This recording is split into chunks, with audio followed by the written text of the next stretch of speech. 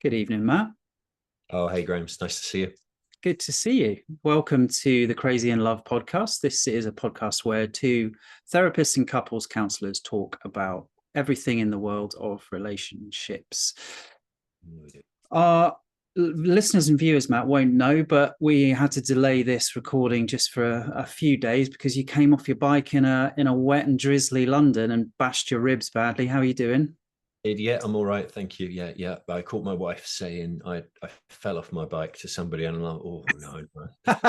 And really dramatic or dangerous, Like I came, something a toddler would do. exactly. I came off as closer to it. I had a very nasty incident, very nasty accident. Yeah. Yeah. Another example of your wife undermining your anecdotes that we might need to return to at some point in the conversation. undermining, undermining me generally. Yeah, absolutely.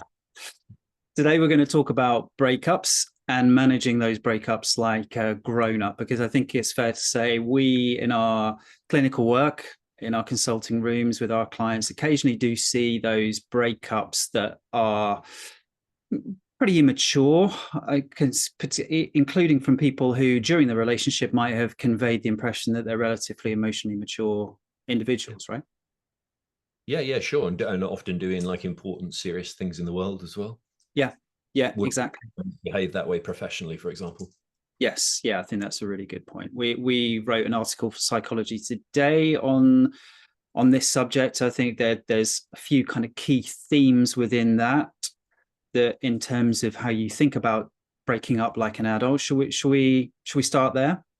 Yeah. Give us the you took the lead on this one, didn't you? So give us the overview. What did you call it in the end? Was it how to end a relationship like a grown up, something along Yeah, those? exactly. Like a grown up. And I think that there's some basics to think about there. So in terms of just don't break up with someone by text, do it in person if you can. Look them in the eyes when you do it. Obviously, break up with them somewhere that is quiet and private and offers you the opportunity to have a little conversation about it. Other than that, I think I kind of wanted to break it down into a few stages. So there's the pre-breakup thinking, there's the Mm. breakup itself, and then there's the post-breakup period. So maybe we kind of divide this conversation into Yeah, those three parts. that's good. And partly you wanted to talk about this because there is a temptation to skip it, right? Sometimes we see people who've had the breakup done to them, and it's sort of come out of nowhere, and it's a bit hard to understand. But also, I guess fewer of the people we're working with maybe would also just kind of like to skip that if they could, do it as briefly as possible, maybe deliver it in a more casual way that doesn't involve thinking about it and meeting again Yeah, in I time. think the compassionate view of that, the compassionate argument would be that it's quite hard to break up with someone. It's quite hard to look them in the eye when you know that you're going to hurt them. It's Yeah, quite difficult to say something that you probably know is going to be a bit brutal yeah, potentially, and maybe even a big shock for them. I don't think yeah, many of us want to be around when that's happening, but our yeah, argument would be that's just part of the deal. You're a grown up in a grown up relationship. We hurt each other in relationships, and the biggest hurt often is the breakup at the end. If you don't do it well and like an adult, I think you can leave some pretty big scars actually, in terms of a lack of understanding, in terms of quite deep grief and heartbreak and pain. I think it's worth thinking about that when you are breaking up with someone. Yeah, it's easier to walk away and to just do it in a text or to ghost someone even, but I think that can leave a lot of unresolved questions that can plague someone in their just inside their own kind of heads, yeah. but also in their relationships in the future. It can create those seeds of insecurity that they can carry into other relationships. Yeah, you say something like in the article, like be the bad guy, sort of own being the bad guy in that situation, so to speak. Yeah, that obviously doesn't mean being mean. We Right. can maybe come on to how you deliver Yeah, the message that you need to deliver. Don't be an arse about it. Obviously, be as sure. kind and compassionate as you can, but it does require you to face up to the real truths that you need to convey and need to say. And they can be some very painful things to say, but a big principle running through the article and our advice would be Don't sugarcoat it. Be Yeah, honest, be direct, even if that means you are going to really hurt someone in delivering that message. you're coming at it from the perspective of what you owe to the other person. I guess there is also what you owe to yourself. You're going to have to look back on this, aren't you? You're going to have to look at yourself at the end of the day in the mirror. The following day, you're going to have to live your life knowing that you know, didn't deal well with that person, that you weren't as kind and considerate as you could have been. There's a bit there as well, is there? I Where think you there are. is. I think there is. I don't want to overplay that. I imagine there are some people in the world who do feel like they can walk away from relationships and put a full stop on them with a brief text and feel Yeah. okay about that without having to really consider it and consider the pain you might have caused. I do think that there are those people in the world. I wouldn't necessarily encourage our listeners to be that person. I think to be the sort of person who treats other people with the kind of respect that you would hope to receive on the receiving end usually means that you feel better about yourself as you carry yourself through the world. Yeah. What do you think about that? Yeah, no, I think that's I think that's well said. I haven't got masses to add to that. The thing I was going to pick up on was I guess what you're talking about, being honest and you know, being straightforward. And I suppose then there's a challenge on how honest, isn't there? You know, that you're not going to fudge it and say it's not you, it's me. Yeah, I think you specifically say in the article not to use that dreadful phrase, but do you say, I feel like I've outgrown you? Do you say, I feel like you lack ambition? I hadn't spotted that at first. It has revealed itself over time. What do you say? What don't you say? Like how honest is honest? Two things jump to mind when you pose that question. One is in most relationships of the type we're talking about, this shouldn't be a massive surprise, some of the things that you're saying. Sometimes it will be, but Yeah, chances are you might have had some of these conversations in advance. It might be conversations about different values or different life futures that you envisage for each other. So it might not be a massive surprise. yeah, In those kind of situations where it's something like, I've noticed that you're not as ambitious as me, or even painful things like, I don't think I find you attractive anymore, right? That there's some there's a way of delivering that doesn't sugarcoat it, but isn't brutal, I think. yeah. But The first of those, I think you can talk about. I don't know, sort of different values or exactly. moving on with. Our lives are going in different directions. It feels like we want different things out of life. I feel like I want to prioritize my career more than you feel like you want to. And that feels like going in different directions. The attractiveness one is harder, though, right? The attractiveness one is Yeah, yeah. That's a bit bracing for me, I think. how would you approach that then? Because it's likely that if you're breaking up with someone because you find them less attractive than you used to or not attractive at all, it's likely that will have affected your sex life, right, in the months leading up to the breakup. So It my will. approach would be something like, we haven't been having sex for ages. I've got to the point where I'm not sure I want to, and that's important for me in a relationship, so I feel like I need to end it. That's Yeah, I think that works, doesn't it? I think for me, that is a sort of proxy of saying we no longer seem to find one another attractive without actually delivering those words. It sort of has become true in practice, isn't it? Because I think that's what you and I find in a lot of our work. There's a surprising amount of sexlessness out there, yeah. which might not you might not realize if you're in a happy relationship with that bit of the relationship still intact. So yeah, I think that sort of just about works, doesn't it? I suppose, I don't know how easy this would be for people to do, but I think in therapy, what you work out is that you've stopped finding that person attractive for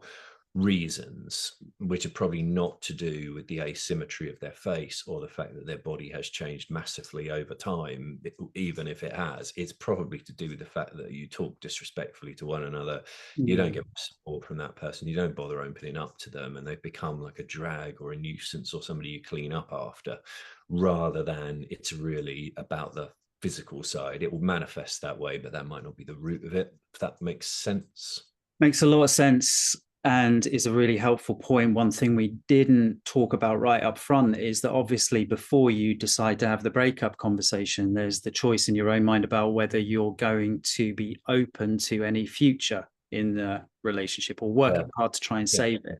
We're obviously Yeah. talking from the premise of this is not a relationship that you deem worth saving. But even in the sexlessness case, right, it might be that your partner says, well, it bothers me that we don't have sex as well. Let's work on this. Let's go to couples therapy. Let's find a way to be attractive to each other again. Yeah. And obviously you want to have reconciled that ideally in your head before you have the breakup conversation.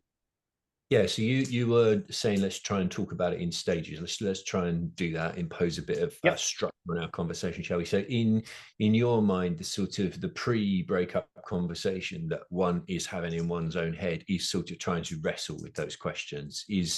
Is this actually a breakup, or is this some kind of not ultimatum, because I don't think we would recommend anything like that, but is this one last roll of the dice? Is this you saying to somebody, look, this is not meeting my needs, I really want it to, I want to hear you say the same, but if we do both think that, we've got some work to do? Or actually, I'm clear, I'm going, I know it's hurtful, I know it might come as a surprise and a disappointment, but I'm resolute? Yes, I think in reality, a lot of people though go into those conversations feeling 75% clear one way or the other, rather than 100% clear. And it's rare when I talk to someone that I'm working with, if they're planning to break up with a partner, it's rare that they're sure about it. But I would encourage people in that situation to have a good think about whether the issue is what that they want to focus on in terms of the breakup. If that's so important to them, is it something that they've worked on in the relationship? Is it something that they've talked to their partner about? Is it something they want to talk to their partner about? Is it something that's genuinely worth trying to unpack and work on and trying to fix? A lot of our conversations and a lot of our articles, a lot of our work is about, in a lot of those situations, it is worth working on. It is, particularly in long-term relationships, particularly where there's kids involved. Like, have a good think about whether this is something that could be saved before you press the nuclear button. Yeah, and you're often swapping out one set of problems for another, right? Maybe not in the first fortnight or the first 2 months, or even if you're lucky, the first 2 years, but in due course, relationships do tend to coalesce around a similar set of challenges, problems, opportunities, right? There's no way of living with somebody and not having rubs and not having things that kind of bug you and things that are disappointing or leave you feeling a bit misunderstood or alone or whatever else it might be. 100%. Let's assume though that we've got to the place where you want to break up with someone though, right? That I would use that pre-breakup conversation phase to honor the obligation, as I would see it, that I have to deliver a kind of clear, concise, simple message to my partner about why I feel like I need to break up with them. And I try and be as You said conversation there, you mean kind of conversation with yourself as you're running it through your head, the kind of pre. exactly. I would quite literally think of a phrase and a set of words, almost like a mini script, not so tight that you can't kind of go off script a little bit, but certainly in the moment you're likely to feel quite nervous, likely to feel quite upset as well, because you're hurting someone. And as we said earlier, it's not nice to look someone in the eyes and deliver some horrible news.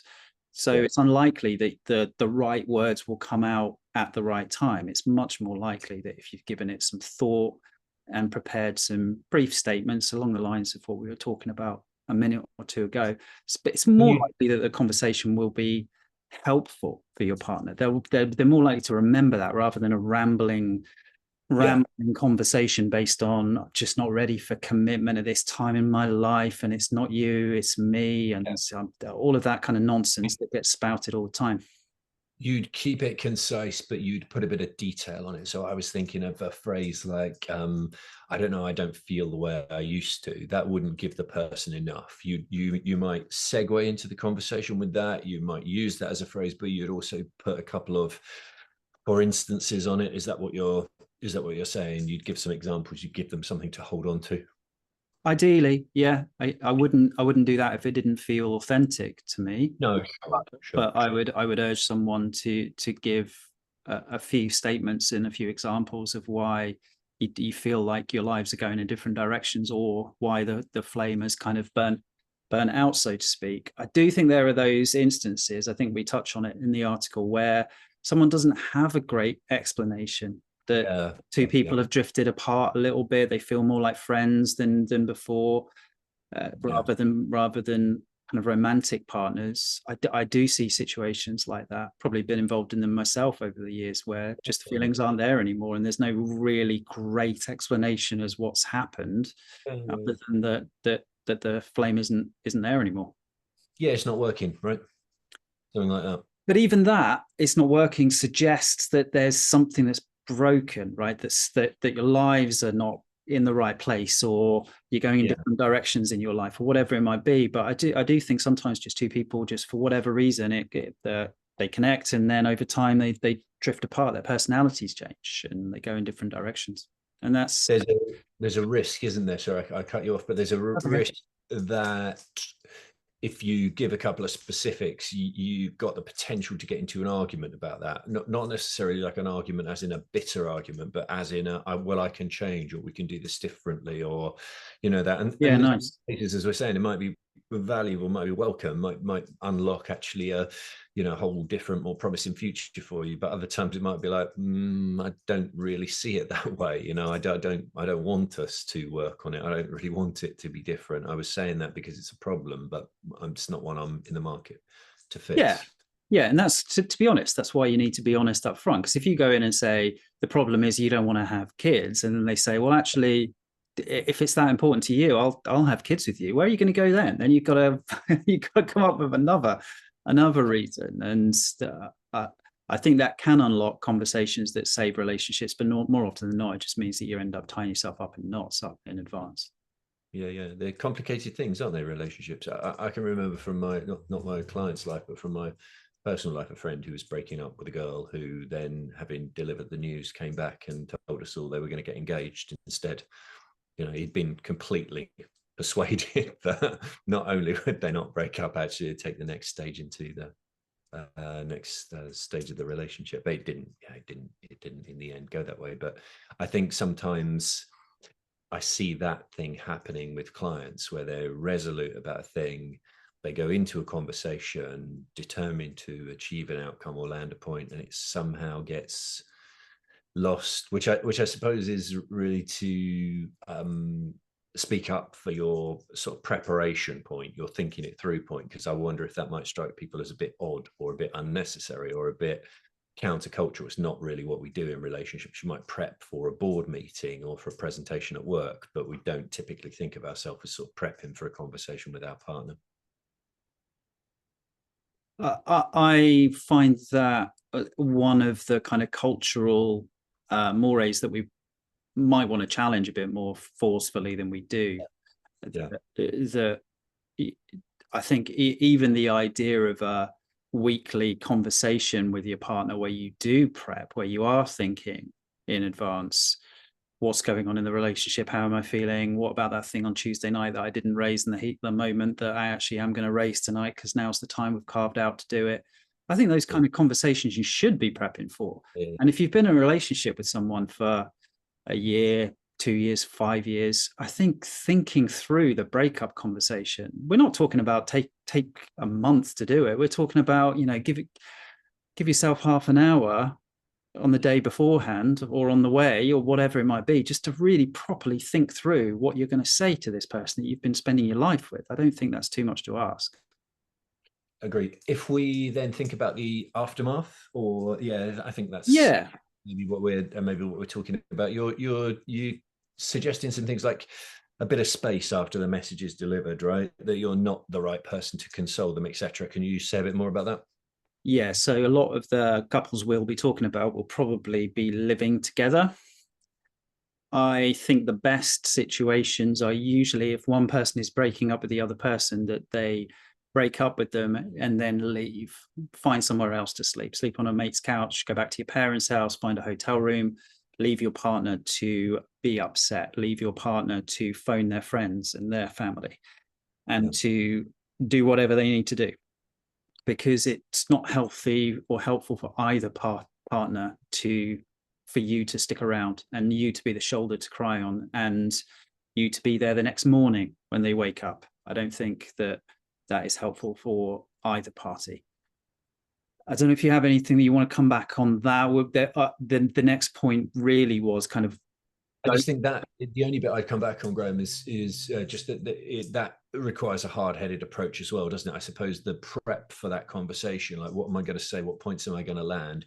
If they counter it, what would I say? How am I going to be resolute? Because this is going to be hard. There's going to be a temptation to want to soothe them, not see them too upset. And there's going to be a temptation to want to stick around. It's quite a hard-headed call, isn't it? To deliver the message, make sure they're in one piece, point them in the direction of friends or loved ones or whatever, and then make yourself scarce.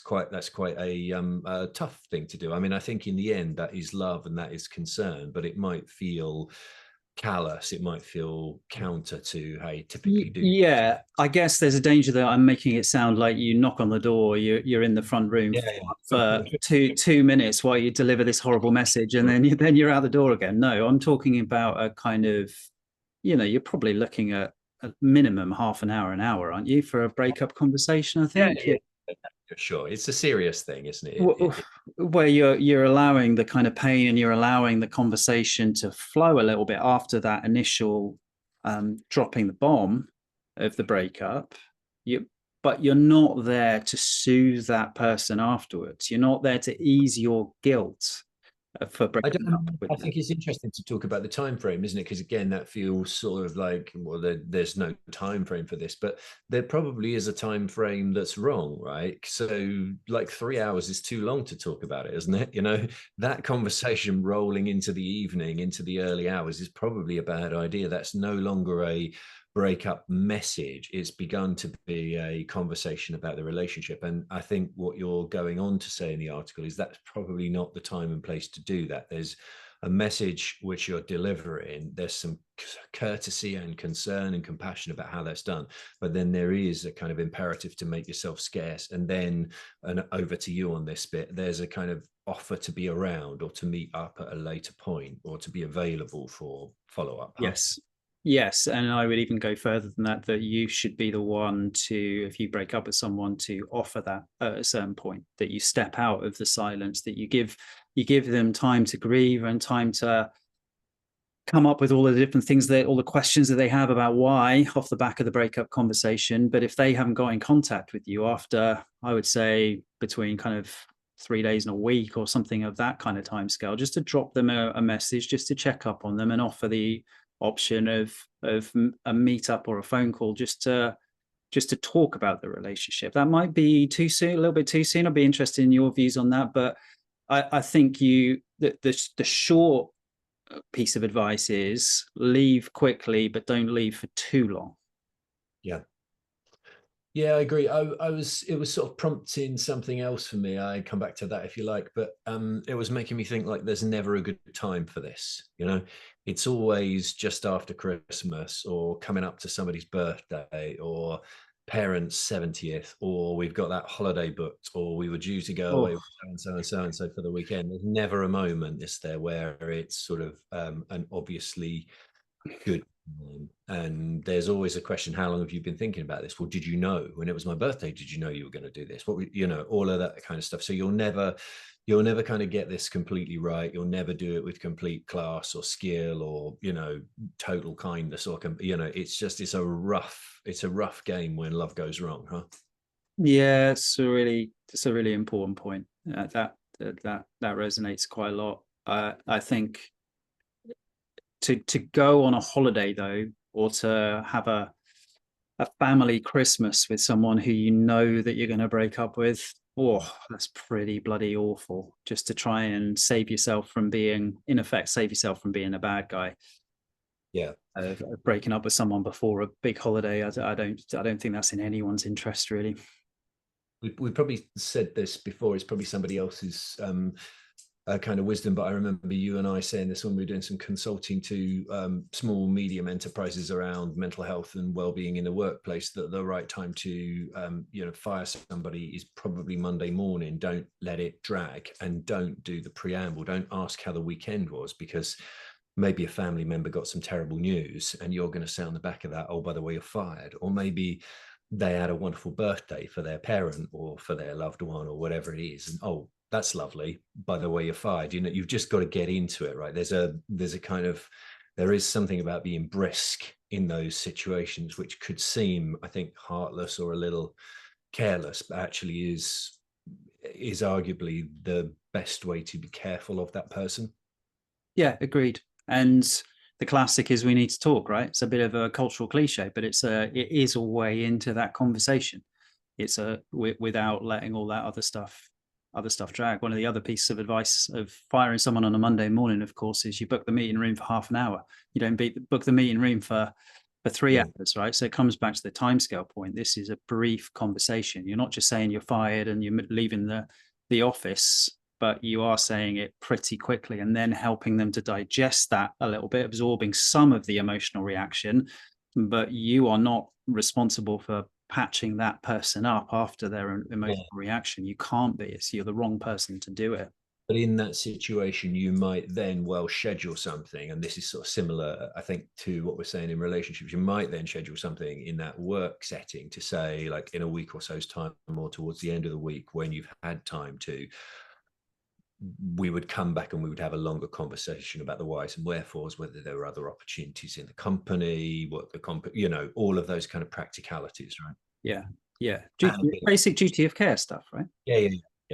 So say a bit more about the disengage, and then we should probably finish up, shouldn't we? So when you're disengaging, what are you doing at that point? At this point, you've, just so I'm clear, anyone listening is clear too, you are saying you've already had that, you've already given that opportunity to have some follow-up, and then this is the sort of the phase after that.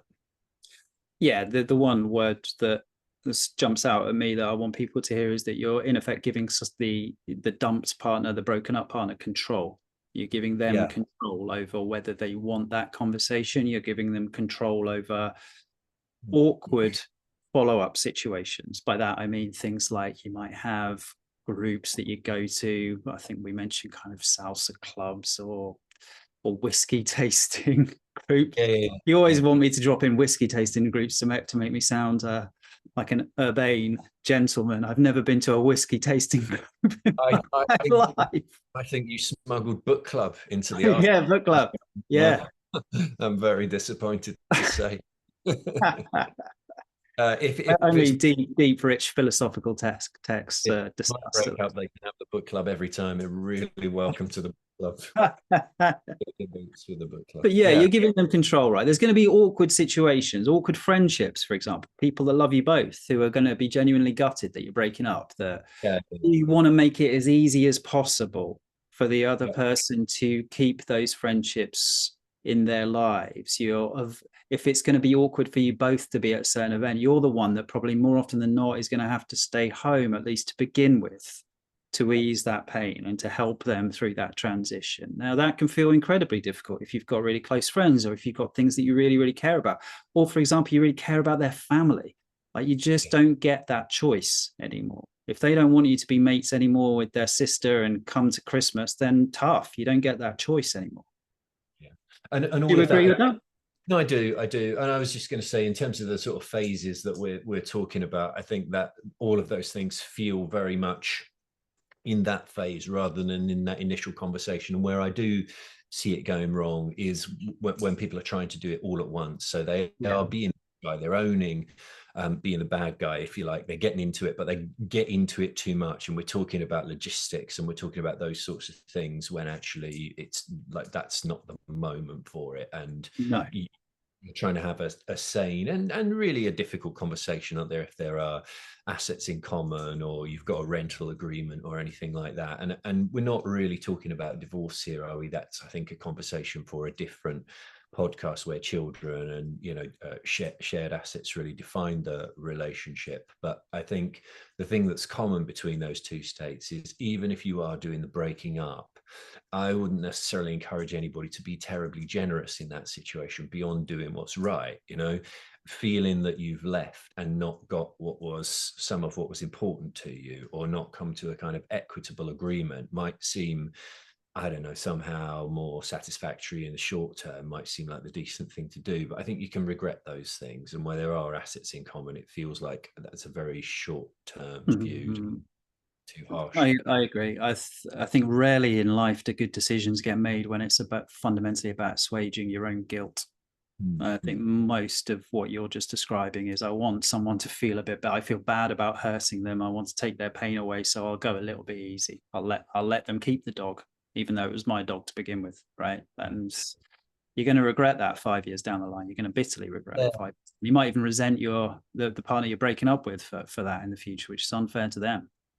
Yeah, I agree. I think that's well put. And then in terms of finishing up, we should probably talk about you as the person doing the breaking up. And I thought you had some quite nice advice there in the article, just around allowing yourself to feel that, to take a beat and to catch your breath and to sort of reckon with the significance of it. Yeah, exactly. Take a breath for yourself when the dust settles a little bit. It can be difficult to be the bad guy. It can be difficult to be thought of by your partner's friends as being the asshole who broke up with them, etc., etc. And it can just be incredibly sad and painful to break up with someone and to grieve the loss of that relationship, but also to take a breath to ask questions like, what did I learn? Like, what did I get wrong in that relationship? It didn't work out. It probably didn't work out for a reason. Did I just choose a relationship with the wrong person? Should we have had different kinds of conversations earlier in the relationship? Would that have been useful? Would it have saved us quite a lot of pain and quite a lot of time? And probably just to take a breath in the sense of just don't leap into another relationship immediately. Take a few months. Don't leap into something new immediately just to make yourself feel a little bit better in the short term. It's worth just taking a little bit of time to reflect. Often there is somebody else involved, isn't there, or kicking around the scene, or who's caught your eye in the latter stages of the relationship. And I guess there we're sort of saying you'd slow that down a bit, right? You'd try and press pause on that, give yourself some thinking time. It's often an entry point I find into therapy when people have the relationship has ended, whether it's their doing or not. It's quite a typical kind of entry point into therapy. Their world's been turned upside down, even if they've chosen to do the turning upside down themselves. Like, it's quite hard to make sense of those things on your own. And I think it's really solid advice to take a beat, to feel that, to try and learn something from that relationship, and also quite hard to do because you're still going to work and your friends want you to come out for a drink and they're going to start introducing you to their thing, you know? Yeah, for sure. Yeah, it cuts against the common advice of just get back on the horse, right? Yeah, right. Or with men particularly, just go out and screw someone else, you'll feel much better. I doubt that'll be true for the Yeah. majority of people. Yeah. And there's something about sort of what might feel good in the short term or in the moment might well not in the more medium Yeah, term, right? yeah. Certainly longer term, when you're repeating kind of patterns and doing things over and over that you've done in previous relationships, I think that does come to haunt people and they feel pretty bad about that in the end. You Good. should Have we probably, left anything? otherwise we're leaving off on that gloomy point. No, I think just to sum up, I think the treating the breakup like you treated the relationship, that you care about this person, that you care about yourself as well, and you're taking your time to think about it, to act from that kind, compassionate place. I think you'll feel better about yourself in the years to come as well. So temporary pain, yes. Yes, you are hurting someone, but chances are they'll respect you a little bit for doing that in time, and you'll respect yourself for doing it too. All right, great. Should we leave it there? Yeah, let's. Good to see you. See you Take again care. soon.